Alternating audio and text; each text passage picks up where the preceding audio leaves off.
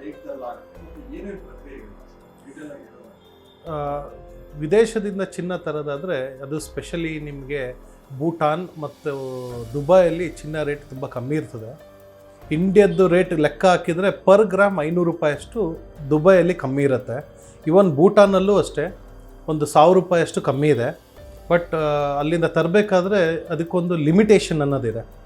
So example ನೀವು ದುಬೈಯಿಂದ ತರೋದಾದರೆ ಪರ್ ಪರ್ಸನ್ 50 ಗ್ರಾಮ್ಸ್ ಅಷ್ಟು in the form of coin, bar or anything ತರ್ಬೋದು.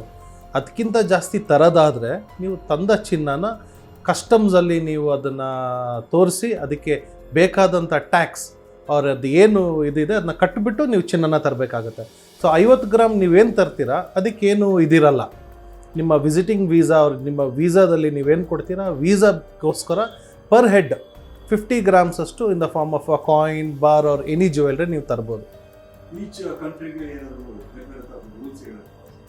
ಈಗ ಎಕ್ಸಾಂಪಲ್ ಭೂಟಾನಲ್ಲೂ ಕೂಡ ನಿಮಗೆ ಅಲ್ಲಿದು ಟೂರಿಸಮ್ನ ಡೆವಲಪ್ ಮಾಡೋಕ್ಕೋಸ್ಕರ ಚಿನ್ನ ಮತ್ತು ಬೆಳ್ಳಿ ನೀವು ಒಂದು ಇಷ್ಟು ಕ್ವಾಂಟಿಟಿನೇ ತರ್ಬೋದು ಅಂತಿದೆ. ಭೂಟಾನಲ್ಲಿ ನಿಮಗೆ 20 ಗ್ರಾಮ್ ತನಕ ಇದಿದೆ, ಪರ್ಮಿಷನ್ ಇದೆ. ಅಂದರೆ ಅದು ಟೂರಿಸಮ್ ಡೆವಲಪ್ ಮಾಡೋಕ್ಕೋಸ್ಕರ ಗೌರ್ಮೆಂಟ್ ಕೊಟ್ಟಿರೋಂಥ ಒಂದು ಫೆಸಿಲಿಟಿ. ಅದು ನಿಮ್ಗೆ ಹೆಚ್ಚು ಕಮ್ಮಿ 1000 rupees to 1200 rupees per gram ಕಮ್ಮಿ ಬೀಳುತ್ತೆ ಭೂಟಾನಲ್ಲಿ. ಅದೇ ದುಬೈಯಲ್ಲಿ ನಿಮಗೆ ತುಂಬ ಡೆವಲಪ್ ಆಗಿದ್ದ ಕಂಟ್ರಿ ಮತ್ತು ಇಂಡಿಯಾದೇ ತುಂಬ ಜ್ಯುವೆಲ್ರಿ ಸ್ಟೋರ್ಸ್ಗಳಿದೆ. ಭೀಮಾಸ್ ಆಗಿರ್ಬೋದು ಅಥವಾ ಕಲ್ಯಾಣ್ ಆಗಿರ್ಬೋದು ಅಥವಾ ತುಂಬ ಜ್ಯುವೆಲ್ರಿ ನಮ್ಮ ಇಂಡಿಯನ್ ಬ್ರ್ಯಾಂಡ್ಗಳು ಅಲ್ಲಿದೆ. ಸೊ ಅದು ಮತ್ತು ಈವನ್ ದುಬೈನ ಗೋಲ್ಡ್ ಸೋಕ್ ಅಂತಲೂ ಹೇಳ್ತಾರೆ. ಅಲ್ಲಿ ನಿಮಗೆ ಅಬಂಡೆಂಟಾಗಿ ಚಿನ್ನ ಇರೋದ್ರ ಕಾರಣ ನಿಮಗೆ ಚಿನ್ನ ಈಸಿಯಾಗಿ ಸಿಗುತ್ತೆ. ಅಲ್ಲಿ ನಿಮಗೆ ಈ ಚಿನ್ನದು ATM ಮಿಷಿನ್ಗಳಿದೆ ಅಲ್ಲಿ. ಮತ್ತು ನಿಮಗೆ ಚಿನ್ನ ಬೈ ಮಾಡೋದು ತುಂಬ ಈಸಿ ದುಬೈಯಲ್ಲಿ. ಸೊ ಏನು ಮಾಡ್ತಾರೆ, ಅಲ್ಲಿಂದ ಚಿನ್ನ ತಂದುಬಿಟ್ಟು ಒಂದು ಲಿಮಿಟೇಷನ್ಸ್ ಬಂದುಬಿಟ್ಟು 50 ಗ್ರಾಮ್ಸ್ ಇದೆ. 50 ಗ್ರಾಮ್ಸ್ಗಿಂತ ಜಾಸ್ತಿ ನೀವು ತರಬೇಕು ಅಂದರೆ ಅದಕ್ಕೆ ರೂಲ್ಸ್ ಇಷ್ಟೇ, ಏನಿಲ್ಲ. ನೀವು ತರಬೇಕಾದ್ರೆ ನೀವು ಏರ್ಪೋರ್ಟಿಂದ ಬಂದಾದಮೇಲೆ ಕಸ್ಟಮ್ಸ್ ಅಂತ ಇದೆ. ಅಂದರೆ ಯಾವುದು ಪರ್ಮಿಟೆಡ್, ನಾಟ್ ಪರ್ಮಿಟೆಡ್ ಅನ್ನೋದು ನಿಮ್ಗೆ ಅಲ್ಲೇ ಲಿಸ್ಟ್ ಇರುತ್ತೆ. ಲಿಸ್ಟ್ ಇದ್ದು ಅದರಲ್ಲಿ ಲಿಮಿಟೇಷನ್ಸು ಇರುತ್ತೆ.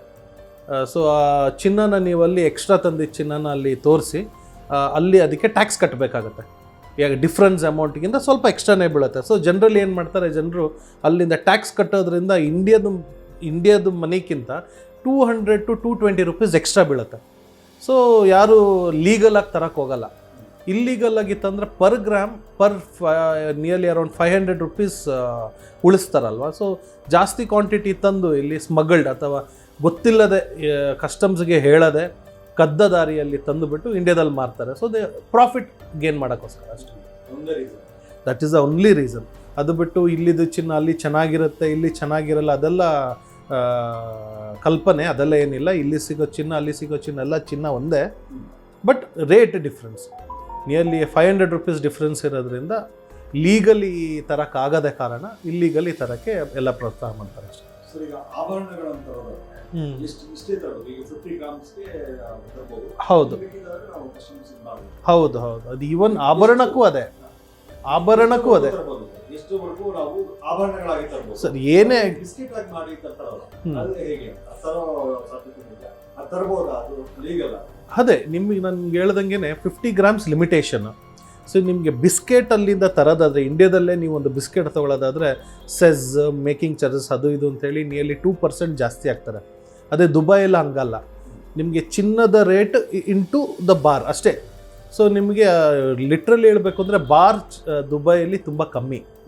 ಅದೇ ಜ್ಯುವೆಲ್ರಿ, ಈಗ ನೀವು ಒಂದು ಚೈನ್ ತೊಗೊತೀರಾ, ಒಂದು ಬ್ರೇಸ್ಲೆಟ್ ತೊಗೊತೀರಾ, ಏನೋ ಆಭರಣ ರೀತಿಯಲ್ಲಿ ತೊಗೊಳ್ಳೋದಾದರೆ ಇಂಡಿಯಾಗಿಂತ ಅಲ್ಲಿ ಜಾಸ್ತಿ ಆಗುತ್ತೆ making charges, because of the cost of living ಅಷ್ಟೇ, ಬೇರೆ ಇನ್ನೇನೂ ಇಲ್ಲ. ಕಾಸ್ಟ್ ಆಫ್ ಲಿವಿಂಗ್ ಅಲ್ಲಿದು ಲೈಫ್ ಸ್ಟೈಲ್ಗೋಸ್ಕರ ರೇಟ್ ಜಾಸ್ತಿ ಇರುತ್ತೆ. ಸೊ ಜನರು ಮ್ಯಾಕ್ಸಿಮಮ್ ಏನು ಮಾಡ್ತಾರೆ, ಬರಬೇಕಾದ್ರೆ they prefer buying bars. So ಬಾರ್ಗೆ ಲಿಮಿಟೇಷನ್ 50 ಗ್ರಾಮ್ಸ್. ಈವನ್ ಜ್ಯುವೆಲ್ರಿಗೂ 50 ಗ್ರಾಮ್ಸ್. ಬಟ್ ಆದ್ರೂ ನಾನು ಕೆಲವ್ರು ಕೇಳ್ಪಟ್ಟಿದ್ದೀನಿ, ಏನು ಮಾಡ್ತಾರೆ, ಕಸ್ಟಮ್ಸ್ ಕಣ್ಣಿಂದ ಇದು ಮುಚ್ಚಲಿಕ್ಕೋಸ್ಕರ ಅಲ್ಲಿ ಜ್ಯುವೆಲ್ರಿ ಶಾಪ್ ಅವ್ರ ಪರಿಚಯ ಇದ್ದರೆ ಈ ಗೋಲ್ಡನ್ನು ಒಂದು ಸಣ್ಣ ಬಳೆ ಥರನೋ ಕಡ ಥರನೋ ಮಾಡಿ ಕೈಗೆ ಹಾಕ್ಕೊಂಡು 100-200 ಗ್ರಾಮ್ ತನಕ ತರ್ತಾರೆ. ಅದು ಅಪರೂಪಕ್ಕೆ ಹೋಗಿ ತರೋದು ಲೆಕ್ಕ ಬೇರೆ. ಫ್ರೀಕ್ವೆಂಟಾಗಿ ಇದನ್ನೇ ಒಂದು ಬಿಸ್ನೆಸ್ ಥರ ಮಾಡಿ ತರೋದು ಸ್ವಲ್ಪ it's also called as illegal carrying ಅಂತ ಅಷ್ಟೇ. ಇತ್ತೀಚೆಗೆ ನಟಿ ಕೂಡ ಸಿಗಾಕ್ತಾರೆ. ಹೌದು. ತುಂಬ ಕೆಜಿಗಟ್ಟಲೆ ಅಲ್ಲಿ ಯಾವ ರೀತಿ ಅಂದ್ರೆ ಅಲ್ಲಿ ಬೈ ಮಾಡಿ ಅವರು ಈ ತರ ಕ್ಯಾರಿ ಮಾಡಿರ್ತಾರೆ? ಸರ್ ಖಂಡಿತವಾಗಿ ರನ್ಯಾ ರಾವ್ ಅವರು ಏನು ಈಗ ತುಂಬ ಸುದ್ದಿಯಲ್ಲಿದ್ದಾರೆ. ಅವ್ರೇನು ಮಾಡಿದ್ದಾರೆ, 1 kg 2 kg ಅಲ್ಲ, ನಿಯರ್ಲಿ 14 kg 200 ಗ್ರಾಮ್ ತಂದಿರೋದವರು. ಅದು ಏನು ಸಣ್ಣ ವಿಷಯ ಅಲ್ಲ, ಕೋಟಿಗಟ್ಟಲೆ ಬೆಲೆ ಆಗುತ್ತೆ. ಸೊ 14 kg ಅಂದರೆ 14,200 ಗ್ರಾಮ್ಸ್ ಇಂಟು 500 ಲೆಕ್ಕ ಹಾಕಿದ್ರೆ ಎಷ್ಟಾಯಿತು ದುಡ್ಡು? ಅದು ಇಟ್ಸ್ ಅ ಹ್ಯೂಜ್ ಮನಿ ಅವರು ಸೇವ್ ಮಾಡೋಕ್ಕೆ ಹೊರಟಿರೋದು. Of course it is not easy. ಯಾರೂ ಇಷ್ಟು ಧೈರ್ಯ ಮಾಡಿಲ್ವೇನೋ ಇಷ್ಟು ದೊಡ್ಡ ಪ್ರಮಾಣದಲ್ಲಿ ಚಿನ್ನ ತರ್ತಾರೆ ತುಂಬ ಜನರು. ನಾನು ನೋಡ್ದಂಗೆ ನ್ಯೂಸ್ ಪೇಪರಲ್ಲಿ ನೋಡ್ತಾ ಇರ್ತೀರಾ, ಅರ್ಧ kg 1 kg 500 ಗ್ರಾಮ್ ಆ ಥರ ಇರುತ್ತೆ. ಬಟ್ ಇಷ್ಟು ದೊಡ್ಡ ಮೊತ್ತ ಫಸ್ಟ್ ಟೈಮ್ ನಾನು ನೋಡ್ದಂಗೆ ಸಿಕ್ಕಾಕೊಂಡಿರೋದು. ಒಂದು ಪ್ರತಿಷ್ಠಿತ, she is not a ordinary girl, she is a celebrity. ಒಂದು ಸೆಲೆಬ್ರಿಟಿ ಮತ್ತು ಒಂದು ಬ್ಯೂರೋಕ್ರ್ಯಾಟದು ಮಗಳು, DGP ಅವರ ಮಗಳಾಗಿದ್ದರಿಂದ it's a very big news ಆಗಿದೆ ಅಷ್ಟೇ. ಇಲ್ಲಿ ತನಕ ಯಾರೂ ಇಷ್ಟು ಧೈರ್ಯ ಮಾಡಿಲ್ಲ ಇಷ್ಟು ದೊಡ್ಡ ಮೊತ್ತದ ಚಿನ್ನ ತರಲಿಕ್ಕೆ. ಅಂದ್ರೆ ಬೇರೆ ಬೇರೆ ರೂಲ್ಸ್ಗಳು ಏನಾಗಿರ್ತಾವೆ ಸರ್? ಅಂದ್ರೆ ಈಗ ಆಗ್ಲೇ ದುಬೈ ಮತ್ತೆ ಭೂಟಾನ್ ಬೇರೆ ಬೇರೆ ಕಂಟ್ರಿ, ಅಂದ್ರೆ ಇವೆರಡೇ ಕಂಟ್ರಿನ? ಇಲ್ಲ, ಬೇರೆ ಕಂಟ್ರಿಯಲ್ಲೆಲ್ಲ ಇನ್ನು ಚಿನ್ನ ಸ್ವಲ್ಪ ಜಾಸ್ತಿನೇ ಬೀಳುತ್ತೆ. ಬಟ್ ಆದ್ರೂ ಯಾರು ಅಷ್ಟು ರಿಸ್ಕ್ ತೊಗೊಳಕ್ಕೆ ಹೋಗಲ್ಲ. ನಿಮಗೆ ರೇಟ್ ಕಮ್ಮಿ ಇದ್ದು ನಿಮಗೆ ಈಸಿಲಿ ಅವೈಲೇಬಲ್ ಇಲ್ಲ ಅಂದರೆ, ಈಗ ಭೂಟಾನಲ್ಲಿ ನಿಮಗೆ ಇರೋದೇ 1,200 ರೂಪಾಯಿ ಪರ್ ಗ್ರಾಮ್ ಕಮ್ಮಿ. ಭೂಟಾನಲ್ಲಿ ಲಿಮಿಟೇಷನ್ 20 ಗ್ರಾಮ್. ಬಟ್ ನೀವು ಇನ್ನೂ 1 kg ತೊಗೊತೀನಿ ಅಂದ್ರೆ ತೊಗೊಳಕ್ಕಾಗಲ್ಲ ಅಲ್ಲಿ, ಯಾಕಂದ್ರೆ ಅಷ್ಟು ಸ್ಟ್ರಿಕ್ಟ್ ಇದೆ ರೂಲ್ಸು. ಮತ್ತು ಅವೈಲೇಬಿಲಿಟಿನೂ ಇರಬೇಕಲ್ಲ, ಕೈ ಎಟ್ಕೋಂಗೆ ಇರಬೇಕಲ್ಲ. ದುಬೈಲಿ ಹಂಗಲ್ಲ, ನಿಮಗೆ ಚಿನ್ನದ ATM ಮಿಷಿನ್ಗಳಿದೆ ಅಲ್ಲಿ. ನಿಮಗೆ ನೀವು ಕಾರ್ಡಲ್ಲಿ ಸ್ವೈಪ್ ಮಾಡಿ ಚಿನ್ನದ ಕಾಯಿನ್ಗಳನ್ನ ನಾವು ಇಲ್ಲಿ ಹೇಗೆ ದುಡ್ಡು ಡ್ರಾ ಮಾಡ್ತೀವಿ ಹಂಗೆ ದುಬೈಯಲ್ಲಿ ಕಾಯಿನ್ಸ್ನ ಬೇರೆ ನೀವು ಡ್ರಾ ಮಾಡ್ಬೋದು. So it is easily available ದುಬೈಯಲ್ಲಿ. ಶಾಪ್ಗೂ ಹೋಗ್ಬೋದು, ATM ಮಿಷಿನ್ಸ್ಗೂ ಹೋಗ್ಬೋದು.